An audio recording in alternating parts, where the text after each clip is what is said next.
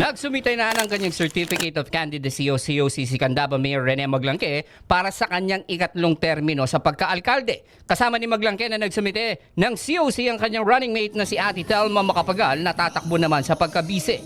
Kasama rin ni na Maglangke at Macapagal ang kanilang mga consular aspirants na sina Jao Bondok, Camille Bulaon, Arvin Carpio, Queenie Gulala, Elmer MCR Gonzales, Romel Gulapa, JM Sagum at Doña Salak.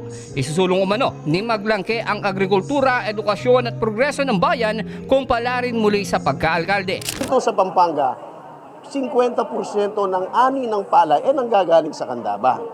Dagdag pa ni Maglangke, piling barangay na lamang sa Candaba sa ngayon ang binabaha dahil sa kanilang mga ginagawang proyekto. Katuwang sina Pampanga 4th District Congresswoman Dr. Ana York Bondok. Ang Candaba ngayon din na binabaha, pero may lugar kaming binabaha ng mga dulo-dulong mga barangay. Yun ang pinag-aaralan ko kung paanong hindi masyadong maka-apekto. Kaya ipapaseminar ko lahat ng mga tao natin para sa panahon ng ganyang mga kalamidad, nakahanda palagi ang aming bayan. Bago magmarcha patungo sa tanggapan ng COMELEC, dumalo muna sa isang misa ang buong team Malugod.